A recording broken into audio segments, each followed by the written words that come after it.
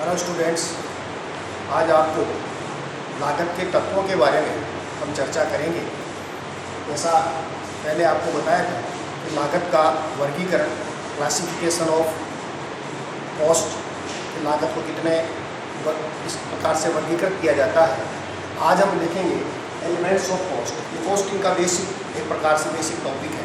तो लागत के तत्व कौन कौन से हैं, जैसा आपको पहले कई बार जिक्र भी मैं कर चुका कि लागत में क्या क्या चीज़ें शामिल होती हैं, लागत में हम किन किन चीज़ों को हम लागत में शामिल करते हैं। तो बेसिक रूप से जो लागत होती है इसमें तीन चीज़ें जो है वो शामिल की जाती हैं। एक तो होता है मटेरियल, इसको कहते हैं सामग्री।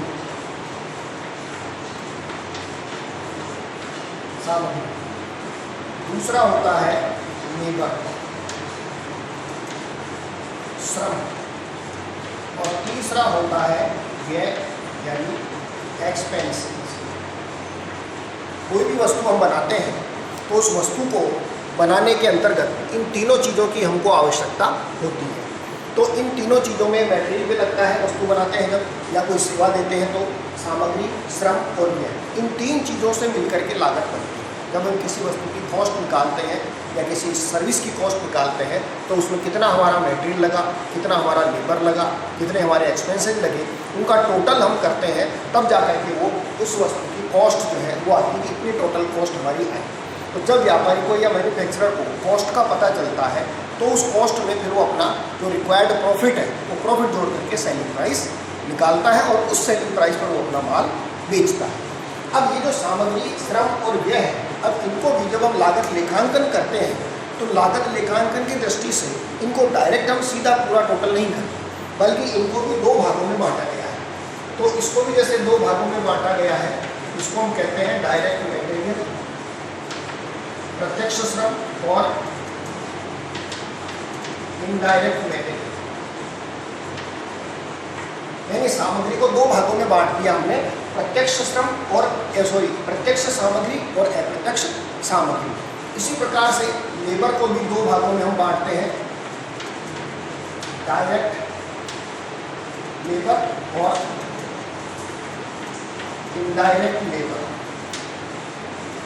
श्रम को भी दोनों भागों में बांटेंगे, प्रत्यक्ष श्रम और अप्रत्यक्ष श्रम।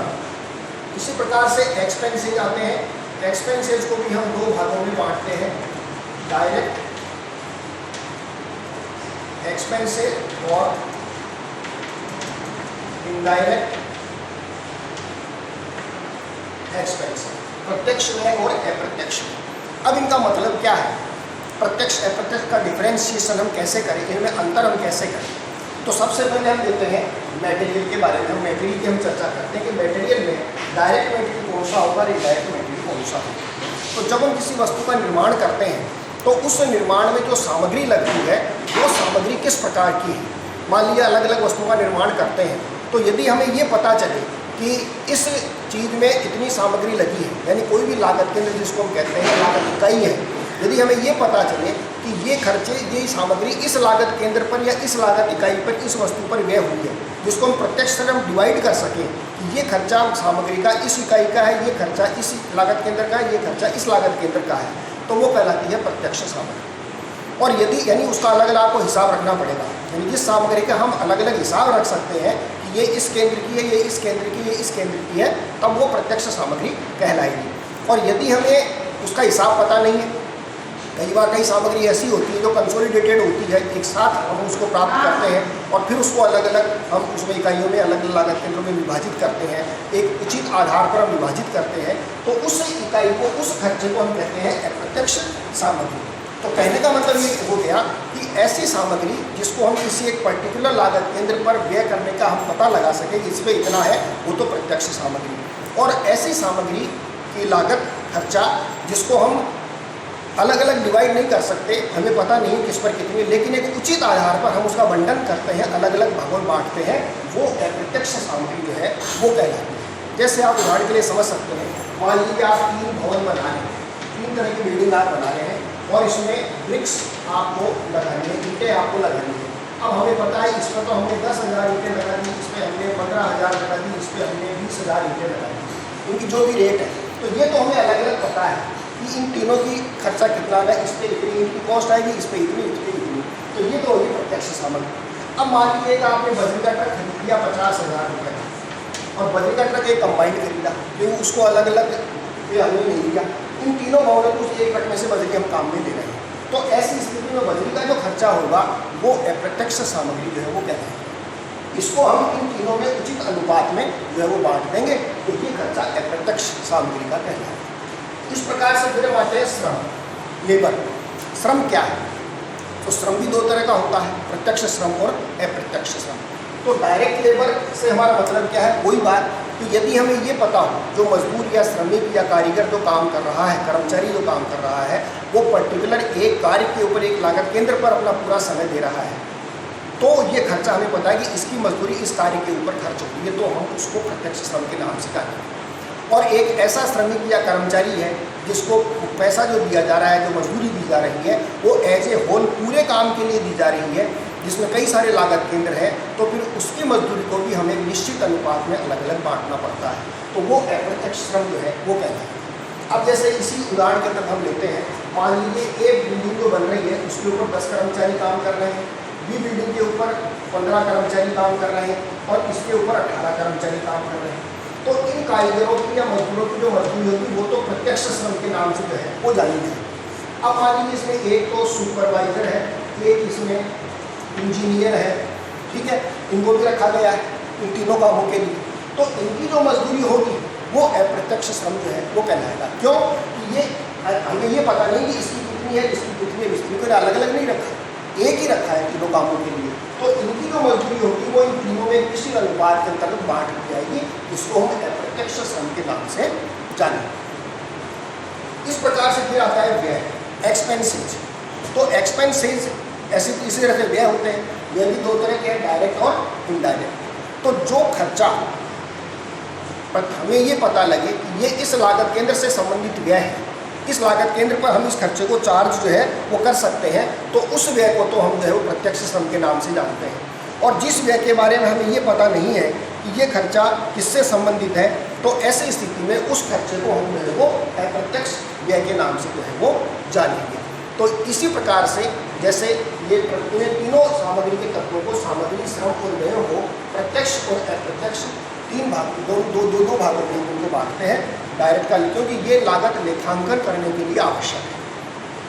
वैसे तो आप कहेंगे साहब इसको इसमें जोड़ो क्या इसमें जोड़ो, टोटल कॉस्ट तो उतनी आनी है, टोटल तो उतनी आएगी, लेकिन जब आप लेखांकन की बात करते हैं तो लेखांकन के अंतर्गत डायरेक्ट का लेखा अलग प्रकार से होता है और इनडायरेक्ट का लेखा अलग प्रकार से जो है वो किया जाता है।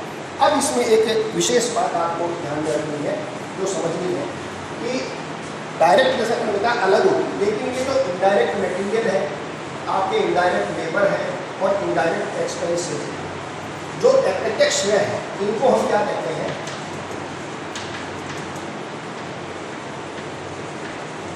इनडायरेक्ट कॉस्ट, या इनका एक नाम दिया गया है कॉस्ट के अंतर्गत ओवरहेड्स। इस शब्द को हम जो है वो विशेष रूप से काम में लेते हैं। तो यानी डायरेक्ट खर्चा कोई है वो तो डायरेक्ट कॉस्ट आ जाएगी, डायरेक्ट मटेरियल, डायरेक्ट लेबर और डायरेक्ट एक्सपेंसेस, ये तो डायरेक्ट कॉस्ट होगी। और जो अप्रत्यक्ष खर्चे हैं, अप्रत्यक्ष सामग्री हो सकती है, अप्रत्यक्ष श्रम हो सकता है, या अप्रत्यक्ष व्यय हो सकता है, उसको हम ओवरहेड्स के नाम से जो है वो जानते हैं। अब इन ओवरहेड्स को लागत लेखांकन करने के लिए इनको जो है वो मुख्य रूप से तीन भागों में इनको हम अलग अलग डिवाइड करते हैं। लेखांकन की दृष्टि से इनको तीन भागों में बांटा गया है।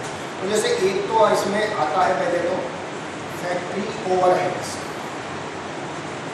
इनको फैक्ट्री ओवरहेड्स भी कहते हैं, इनको मैन्युफैक्चरिंग ओवरहेड्स भी इनको कहा जाता है, पर ज़्यादातर जो काम आता है वो फैक्ट्री ओवरहेड्स आता है, या इनको वर्क्स ओवरहेड भी कहा जाता है, वर्क्स ओवरहेड्स, या इनको कहा जाता है मैन्युफैक्चरिंग ओवरहेड्स। ये भी इनके नाम है, प्रश्न में अलग अलग नाम होंगे। दूसरे कारखाना ऊपरी व्यय, जो कारखाने से संबंधित जो अप्रत्यक्ष खर्चे हैं उनको कारखाना ऊपरी व्यय के अंतर्गत हम यहाँ पर लेते हैं। दूसरे आते हैं एडमिनिस्ट्रेटिव ओवरहेड्स।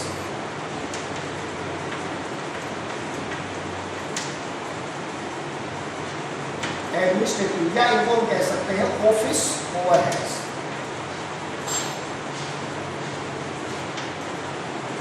प्रशासन ऊपरी व्यय या इनको कार्यालय ऊपरी व्यय, जो कार्यालय से या प्रशासन से संबंधित जो खर्चे हैं वो इसमें एडमिनिस्ट्रेटिव ओवरहेड्स के अंतर्गत जो है वो शामिल किए गए हैं। और तीसरा अंतिम आता है, वो आता है सेलिंग एंड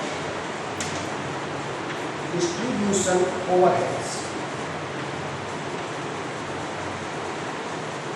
विक्रय एवं वितरण ऊपरी व्यय। जब आपको ऊपरी व्यय के बारे में बताया था तब मैंने 4 प्रकार इसके बताए थे कार्य के हिसाब से, कि factory overheads, administration overheads, selling overhead और डिस्ट्रीब्यूशन ओवरहेड। लेकिन जब हम लेखांकन की बात करते हैं तो लेखांकन करते समय अब इसमें इन दोनों को कंबाइंड ही जो है, क्योंकि ये मैन्युफैक्चरिंग के बाद के जो है ये खर्चे ये आते हैं, तो लेखांकन की दृष्टि से सेलिंग एंड डिस्ट्रीब्यूशन को एक साथ इसके अंदर हम जो शामिल करते हैं। तो ये एक प्रकार से लागत के मुख्य तत्व है, सामग्री, श्रम और व्यय। इन दोनों को 2 भागों में बांटते हैं, डायरेक्ट और इनडायरेक्ट। तो डायरेक्ट मटेरियल, डायरेक्ट लेबर और डायरेक्ट एक्सपेंसेस तो डायरेक्ट कॉस्ट हो गई, और इनडायरेक्ट जो तीनों चीज़ें हैं, इंडायरेक्ट मटेरियल, इंडायरेक्ट लेबर और इंडायरेक्ट एक्सपेंसेस, ये इंडायरेक्ट कॉस्ट यानी ओवरहेड के नाम से इनको जाना जाता है, जिनको पुनः हम लेखांकन की दृष्टि से 3 भागों में इनको हम डिवाइड करते हैं। ये इसमें लागत के मुख्य रूप से तत्व है। Thank you.